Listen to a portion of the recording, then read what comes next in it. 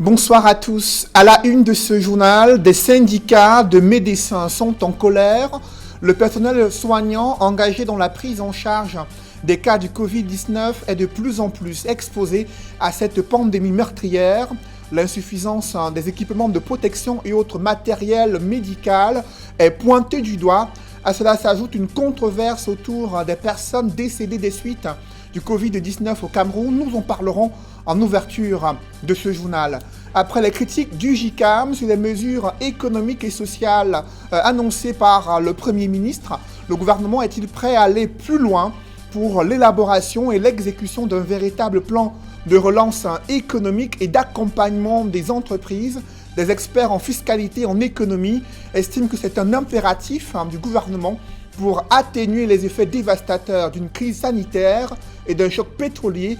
Ils s'expriment au cœur de ce journal.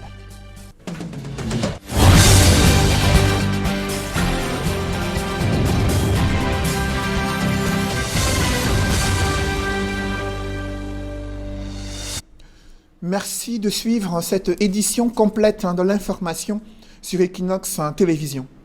Ils sont de plus en plus nombreux, des médecins et autres personnels soignants, éprouvant des difficultés à prendre en charge des patients atteints du Covid-19 dans certains hôpitaux publics agréés et autres formations sanitaires.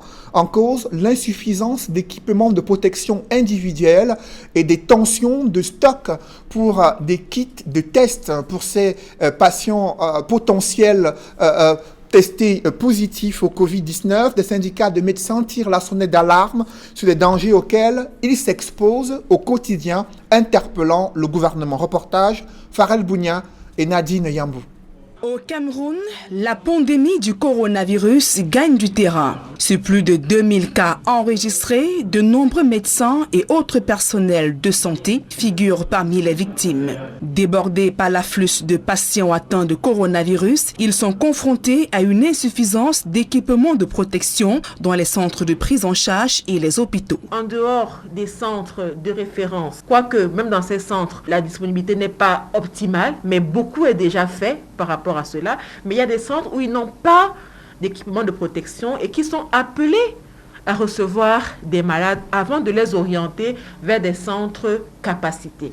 Donc, mais il faudrait déjà qu'il y ait un petit dispositif qui permet de pouvoir examiner les malades sans risque de se contaminer. De se contaminer lui et de contaminer sa famille. Il faut savoir que de plus en plus, des personnels soignants sont infectés par cette maladie. On a des collègues qui en sont morts.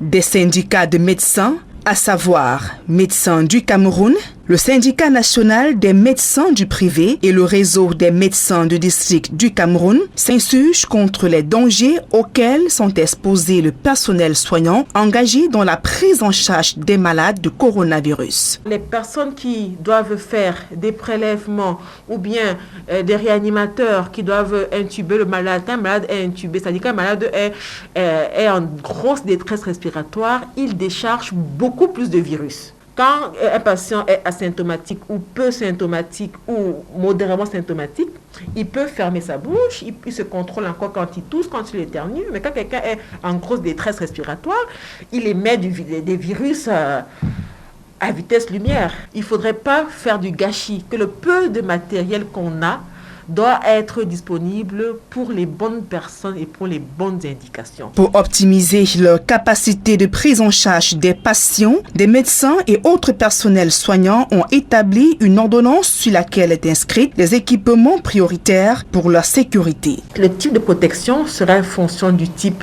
de risque. Tout patient qui doit pouvoir rencontrer, être en train de consulter, doit quand même avoir une surblouse, c'est-à-dire quelque chose qui le protège contre le contact du virus à l'extérieur. Donc tout personnel doit avoir un masque. Il y a différents types de masques en fonction du risque que vous encourez. Il y a des masques dédiés aux personnes qui sont en contact direct avec le malade. Ce qu'on appelle des masques de haute protection, FFP2. Autre préoccupation majeure dans les couloirs des hôpitaux, c'est l'insuffisance du personnel qualifié dans les centres de prise en charge des cas de coronavirus. À cette situation s'ajoute une rupture des kits dans certains hôpitaux agréés Covid-19. Du coup, les réactifs se sont accumulés et de nombreux Camerounais présentant des symptômes ignorent jusqu'ici le statut sérologique depuis plusieurs semaines. Joint au téléphone, les responsables de ces centres annoncent la disponibilité des résultats d'ici la fin de cette semaine. Après l'avalanche des critiques sur la réouverture des débits de boissons et snacks au-delà de 18 heures, le gouvernement invite les populations à faire preuve de vigilance sans pour autant imposer le respect des mesures barrières dans ces lieux de réjouissance. Le ministère de la Santé publique se contente de conseiller aux Camerounais de ne pas se fier aux apparences dans ces lieux de divertissement, car même les personnes insoupçonnées peuvent transmettre la maladie à coronavirus. Des détails avec Rodin Gassi et Ike Cyril. C'est pratiquement un retour à la normale depuis l'allègement de certaines mesures restrictives contre le coronavirus décidées par le chef de l'État. Bars, gargotes, boîtes de nuit et autres coins de plaisir sont ouverts au-delà de 18 heures, augmentant de facto le risque de contamination à grande échelle. Conscient du danger, le ministère de la Santé publique invite chaque citoyen à faire preuve de civisme et de responsabilité. Chacun doit faire preuve de civisme, c'est-à-dire du respect de soi, d'autrui, en tant que citoyen et par voie de conséquence de respect de la collectivité. Tous nos faits et gestes doivent désormais être organisés autour de l'observance des mesures barrières. Protégeons-nous, protégeons les autres. Le ministère de la Santé publique rappelle aux populations qu'en se rendant dans ces lieux de loisirs, plus que jamais ouverts au public, elles ne doivent aucunement se fier aux apparences, car même les personnes les plus insoupçonnées peuvent être porteuses du coronavirus. Rappelons-nous qu'une personne infectée, même asymptomatique, c'est-à-dire ne présentant pas les signes et symptômes du nouveau coronavirus, peut transmettre la maladie. D'où la nécessité de continuer de respecter plus que jamais les mesures édictées. Nous devons en être pleinement conscients, car notre suivi en dépend. Face à la décision pour le moins controversée de rouvrir les bars et autres lieux publics, le ministère de la Santé publique appelle les populations à plus de vigilance. Évoquons à présent cette controverse autour des personnes décédées des suites de Covid-19, des documents officiels au niveau de la France et du Cameroun révèlent qu'il y a 3 fois plus de personnes décédées que l'annonce faite par le gouvernement. Comment expliquer cet écart entre les chiffres officiels et les commandes faites par les autorités administratives de la région du littoral pour obtenir près de 100 cercueils et d'autres informations venant des conseillers économiques au niveau de la France, invoquant près de 350 morts au Cameroun, des chiffres non confirmé et ni infirmé jusqu'à cette heure. Ce bilan controversé sème déjà la confusion dans l'esprit des Camerounais. Des précisions avec Jean-Paul Chouniat. Par ces moments où des millions de Camerounais ne savent plus à quel sens se vouer face au ravage du Covid-19 dans les familles, le nombre exact de victimes de la pandémie suscite des controverses sur le bilan officiel de personnes contaminées. La polémique a davantage enflé, avec des morts en cascade enregistrés en communauté et dans les formations sanitaires à travers le pays. Tenez par exemple, au cours du 2e mois de la prévalence de la maladie, le ministère camerounais de la Santé publique, le 26 avril 2020, faisait état de 1621 cas recensés, dont 56 décès et 786 guéris, tweetait alors Manaouda Malachi. Mais à la même période, et plus précisément le 23 avril, c'est-à-dire 3 jours avant la sortie de Manaouda Malachi, les conseillers du commerce extérieur de la France publient un rapport sur les principaux pays d'Afrique affectés, mentionnant 1396 cas confirmés au Cameroun, bien en deçà des 1621 du bilan officiel. Problème sur ces données, le document du CCE de France, sur la base de ses sources, parle de 350 personnes qui ont perdu la vie au Cameroun des suites de Covid-19. Une statistique très loin des 56 décès de Manaouda Malachi, sensiblement à la même période où des autorités de la région du littoral ont commandé 100 cercueils pour inhumer Une centaine de morts du Covid-19 abandonnés à l'hôpital La Quintini de Douala. Deuxième confusion, c'est sur le nombre de personnes qui ont pu se tirer d'affaire. 40 personnes guéries selon le CCE français, contre 786 guéris, annoncé le 26 avril par le gouvernement camerounais. Sur ces grands écarts entre les chiffres officiels et ceux du document attribué au conseiller français du commerce extérieur, les autorités camerounaises n'ont pas jusqu'ici confirmé ni infirmé ces données qui sèment la confusion au sein d'une population camerounaise plus que tétanisée et traumatisée par la psychose et les horreurs du coronavirus. Malgré le danger de cette maladie, le niveau d'insouciance et le degré d'ignorance des Camerounais prennent de l'ampleur. La faute à l'essoufflement des campagnes de proximité et une faible sensibilisation dans les foyers de l'épidémie au Cameroun. Le gouvernement peut-il inverser la tendance? Le ministre de la Communication veut y croire. René Emmanuel Sadi a réuni des maires des villes afin d'adopter une stratégie locale visant à conscientiser les populations et également les édifier sur les mesures de lutte contre le Covid-19 mises en place au Cameroun. Explication avec Élisée Bogba et Guy Zogo. Une intensification de la campagne de sensibilisation contre le Covid-19 dans les zones urbaines et rurales. C'est la parade trouvée par le gouvernement après la levée des restrictions contre le Covid-19 il y a quelques jours. Ce sont les maires qui sont dorénavant mobilisés dans cette bataille pour visiblement contenir l'effet boomerang de la décision du gouvernement, comme vient de leur rappeler le ministre de la Communication au cours d'une réunion à Yaoundé. Conduire sur le terrain une vraie campagne d'explication illustrée, des mesures d'assouplissement prises par le chef de l'État ainsi qu'une mobilisation accentuée des populations sur la stricte observation par tous des mesures barrières contre le Covid-19. Les maires, pour leur part, font d'abord le constat qu'il y a bien un relâchement dans la lutte contre le Covid-19. Il s'agit pour nous surtout de voir comment on peut faire passer le message consistant à dire à la population que la pandémie n'est pas finie.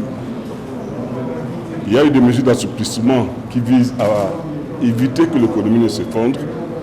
Nous devons à la fois continuer à vivre et à la fois continuer à éviter la propagation de la pandémie. Nous avons l'impression que les populations ont compris autre chose. C'est pour ça qu'aujourd'hui, personne ne veut plus respecter les mesures barrières. Il y a donc nécessité de renforcer la communication au sein de toutes les couches sociales de notre commune. Selon eux, cette nouvelle mobilisation contre cette pandémie va allier les descentes sur le terrain et le recours à la communication tous azimuts sans exclure la coercition. La démarche consistera en une tournée à travers la commune. Et nous avons un exécutif municipal représentatif de toutes les communautés de l'arrondissement.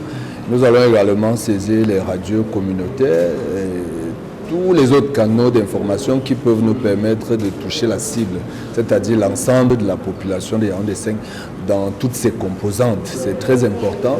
Nous avons déjà commencé la semaine dernière avec les maires d'arrondissement. Nous pensons qu'il faut à la fois communiquer, mais en même temps, au besoin, faire preuve de coercition. Il faut que les gens comprennent qu'il y va la responsabilité de chacun de préserver sa vie, de préserver la vie des siens. Cependant, souligne encore les nouveaux héros de la lutte contre le Covid-19, il faudra des moyens et surtout la concertation avec le gouvernement. L'intensification de tout cela nécessite quand même un approvisionnement de moyens et un encadrement, raison pour laquelle nous avons sollicité un cadre de travail plus élargi avec le gouvernement pour que les communes puissent s'exprimer et qu'il y ait un échange technique qui aboutirait à un plan de riposte cohérent et adapté sur le terrain. Manifestement, le gouvernement essaie de rattraper ce qui peut l'être encore dans la prévention contre le Covid-19. Vous l'avez suivi, les maires magistrats municipaux demandent plus de moyens au moment où une trentaine de cartons de savon, une centaine de seaux et des gels hydroalcooliques viennent d'être distribués pour tout l'arrondissement de Douala 4e. C'est une initiative du président de la République destinée aux populations de cet arrondissement, l'un des plus peuplés du département de la ville de Douala. Et ces dons en matériel médical et autres denrées alimentaires ont été reçus ce jour par le maire et le sous-préfet de la 4e. La priorité, selon le préfet du Vouri, est accordée à une 50aine de familles déplacées de la crise anglophone, le don n'étant pas suffisant pour satisfaire toutes les populations de la 4e. Pour les autorités administratives, le plus important, c'est de savoir que c'est une action humanitaire, ont-elles laissé entendre. 2 mois après la mise en place d'une riposte sanitaire contre le Covid-19, le constat est inquiétant. Le système de réponse actuel révèle au grand jour des difficultés, des insuffisances à optimiser la prise en charge et son incapacité à contenir la pandémie au Cameroun. Face à ces multiples défis sanitaires, une unité Covid-19 de la société civile vient d'être créée. Elle est placée sous la présidence de Monseigneur Samuel Cléda, archevêque métropolitain de Douala. L'objectif est de renforcer la prévention et améliorer la prise en charge à travers des actions de plaidoyer, la distribution du matériel et le soutien à la pharmacopée traditionnelle. La coordonnatrice de cette unité Covid-19 de la société civile est Edith Kawala et parmi les autres membres figurent Oumarou Aman, imam de la grande mosquée à Bonaberi, Ebot Jones Ayuk, qui est président Mungo Est de la Presbyterian Church, et Bernard Ona Ntonier, qui est recteur de la cathédrale de Douala. Et sur le continent africain, comment se mobilisent les différents gouvernements pour faire face à la pandémie du coronavirus? Certains États procèdent à l'allègement progressif des mesures de restriction. Le personnel de santé, quant à lui, est toujours exposé de plus en plus à cette pandémie et des essais cliniques se poursuivent en laboratoire. On fait le point avec Gladys Sidier. Le nombre de cas de coronavirus en Afrique progresse. Quelques 44 000 personnes sont infectées sur le continent. La maladie a coûté la vie à plus de 1800 personnes. Le Nigeria procède au déconfinement partiel et progressif de sa population. Les entreprises ont pu reprendre leurs activités.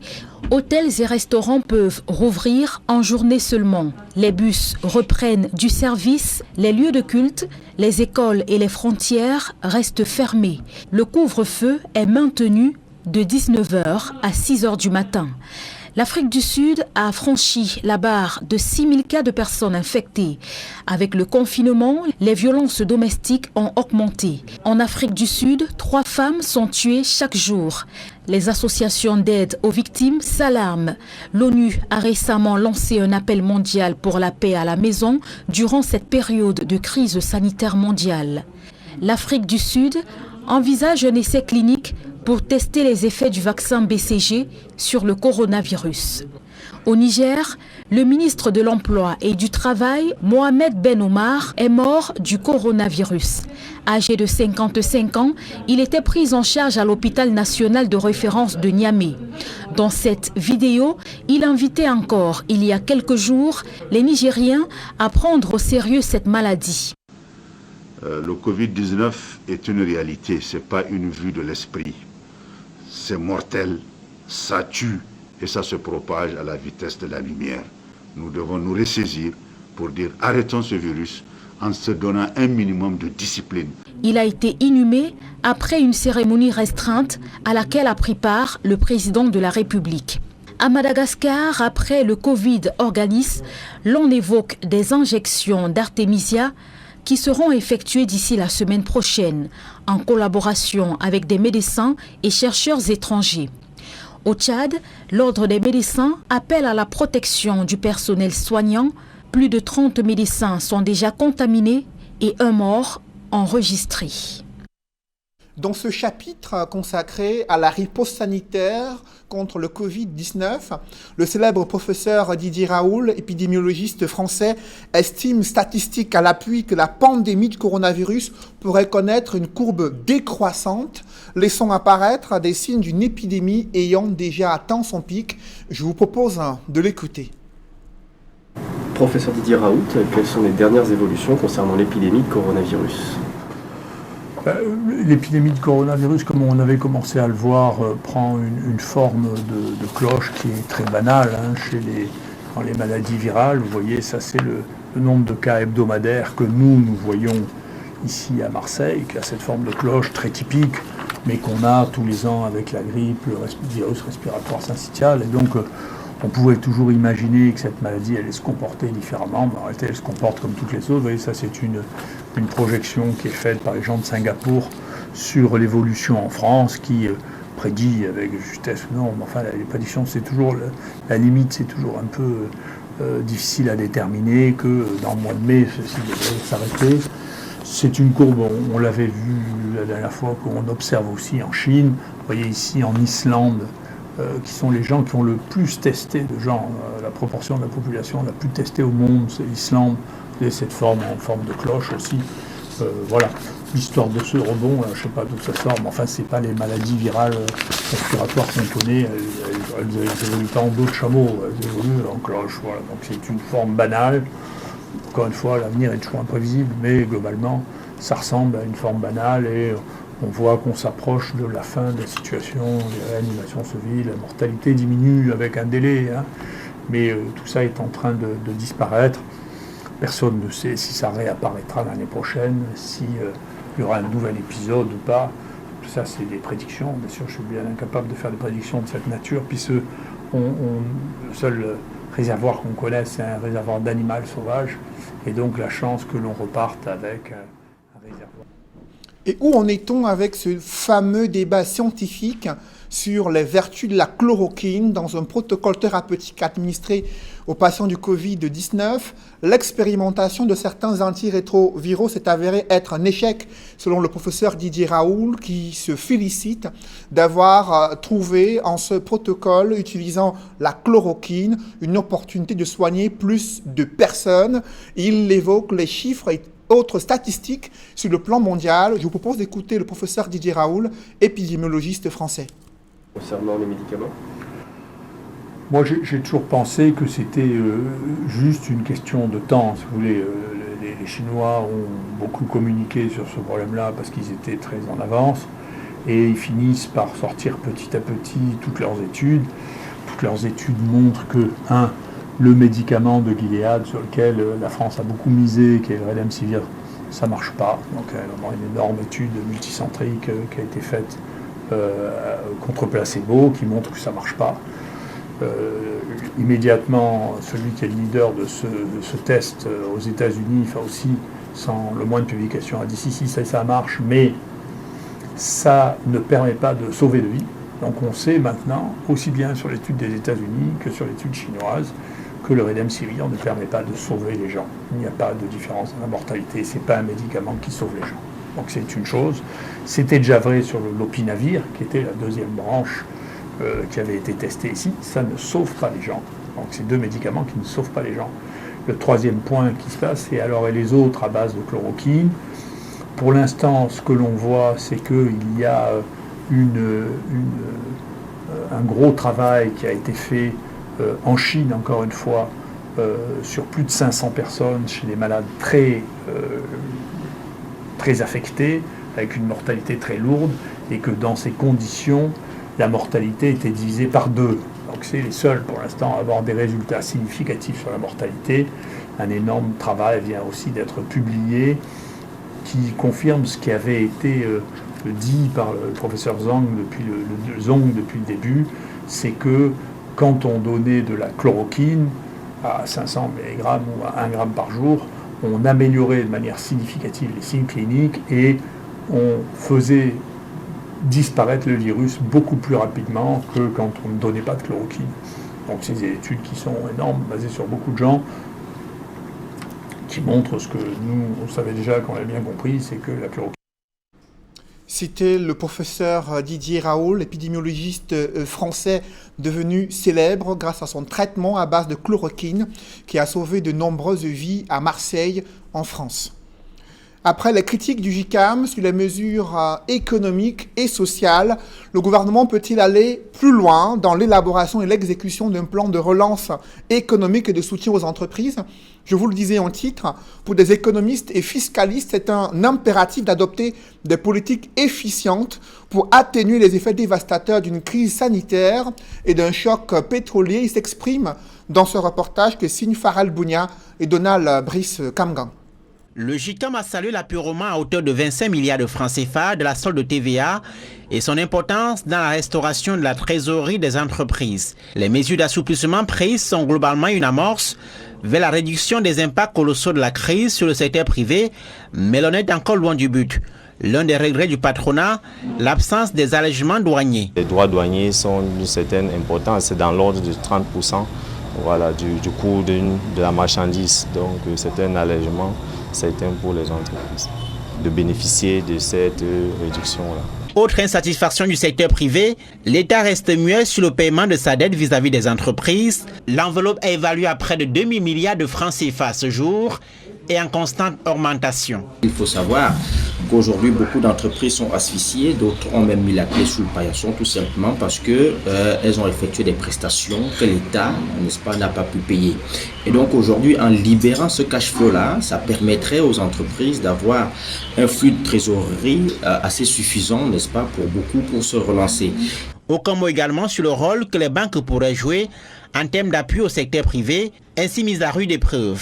Si cette démarche est difficile, en l'absence d'une banque centrale forte pour fournir des financements, les observateurs pensent en revanche qu'il est attendu de l'État une analyse sérieuse de la situation et des réponses adaptées au risque de plonger l'économie par des tergiversations. La moindre inertie pourrait n'est-ce pas, entraîner l'effondrement des pans entiers de notre économie et donc la déstructuration de notre tissu macroéconomique, ce qui pourrait, n'est-ce pas, entraîner ce que je vais appeler l'effondrement du secteur réel de notre économie. Entre une dette publique de 8 424 milliards de francs CFA, une baisse attendue des recettes dues à la pandémie et au coût des matières premières, la réduction du choc économique attendu sera le grand défi des pouvoirs publics. Depuis lundi, le président de la République du Cameroun s'active à signer des décrets portant approbation de nouveaux statuts de certaines entreprises publiques et d'autres décrets sur la réorganisation, le fonctionnement de ces sociétés. Les entreprises concernées sont Electricity Development Corporation et le port autonome de Limbe. Où en est-on avec le programme de reconstruction et de développement des régions du nord-ouest et sud-ouest, évalué à près de 90 milliards de francs CFA? Le gouvernement vient de débloquer 10% de ce budget global, soit environ 9 milliards de francs CFA, un financement destiné au démarrage de la mise en œuvre de ce programme pour la reconstruction et le développement des régions anglophones, selon un accord signé entre le ministre de l'économie, Alamine Ousmane Mey, représentant l'État du Cameroun, et le représentant résident du PNUD. Cet argent sera mis à la disposition de cette agence des Nations Unies, désignée comme partenaire d'implémentation du programme pour la reconstruction et le développement des régions anglophones. La Société anonyme des brasseries du Cameroun, entreprise citoyenne, poursuit sa caravane de solidarité à l'endroit des populations du Cameroun. Cette fois-ci, elle était en Gaoundéré afin d'apporter des équipements, médicaux et autres matériels nécessaires dans la lutte contre le Covid-19. Ces cibles étaient les hôpitaux et la prison du côté du chef-lieu de l'Adamawa. Des précisions dans ce reportage. Le groupe SABC sur le terrain de la lutte contre le coronavirus dans la région de l'Adamawa. La caravane s'ébranle, l'entreprise citoyenne vole au secours des personnes vulnérables pour s'assurer que tous ces consommateurs disposent du nécessaire pour barrer la voie au coronavirus. Dans les hôpitaux, des gels hydroalcooliques, gants, eau de javel et bien d'autres ont été distribués. Dans les hôpitaux, les malades sont déjà des gens fragiles. Alors, c'est des gens à qui il faut apporter du soutien. Donc, nous avons fait aussi des dons dans les hôpitaux en leur donnant le nécessaire au personnel, les masques, les gants, les savons liquides, tout le nécessaire pour barrer la route à cette pandémie. Déjà un grand merci à la SABC pour ce don. Et qui dit merci, en demande davantage. Après Ngaoundéré, le groupe SABC s'est rendu à la prison secondaire de Mingangan pour renforcer les mesures barrières dans cet environnement où le risque de contamination au coronavirus est élevé. Le groupe SABC, c'est une société citoyenne. Il était temps, en cette période de la pandémie Covid-19, de voler au secours de la population la plus vulnérable. Vous vous imaginez, si on signale un cas dans une prison, ce que ça va faire. Donc c'est pour cette raison que le groupe SABC a décidé d'apporter un appui en apportant tous les éléments nécessaires pour barrer la route à Covid-19. Qui a bien voulu penser aux députés dont sont les bienvenus et nous ferons bon usage. La région de l'Adamawa fait partie des régions touchées par le coronavirus au Cameroun. Les autorités optent pour le renforcement des mesures barrières et le groupe SABC s'inscrit dans cette logique à travers cette initiative. Mesdames, Messieurs, c'est la fin de ce journal. Merci de l'avoir suivi. Juste après cette édition de 20h, retrouvez Serge Alain Autou et ses invités pour le débrief du journal sur le plateau d'Equinox Soir. Serge Alain. Assouplissement des mesures du 17 mars dernier. Il y a des spécialistes qui condamnent, qui ne comprennent pas le bien fondé de cette mesure. D'autres Camerounais, par contre, jubilent. Vous les avez vus dans les reportages que nous avons réalisés, à la fois les promoteurs de ces lieux de divertissement qui espèrent faire un chiffre d'affaires et rattraper les pertes enregistrées durant ces semaines de restrictions. Au-delà de 18 heures, les bars, snacks et autres discothèques et restaurants étaient fermés. Aujourd'hui, ils souhaitent pouvoir renflouer leurs caisses. Cependant, il y a de l'inquiétude sur la situation de ces Camerounais qui fréquentent chaque soir ces débits de boissons et autres snacks. Vous avez suivi le ministère de la Santé publique qui rame à contre-courant, sensibilisant les Camerounais sur les dangers auxquels ils pourraient être exposés en étant dans ces lieux, précisant que les personnes qui paraissent asymptomatiques peuvent bel et bien transmettre la maladie à coronavirus, demandant aux Camerounais d'être plus vigilants. Message du ministère de la Santé publique. Serge Alain. Voilà, madame, monsieur, c'est donc l'essentiel. Equinox Soir, deuxième partie. Bonne soirée à vous, Cédric. Bonne soirée à vous, Serge Alain. Rendez-vous demain, 20h.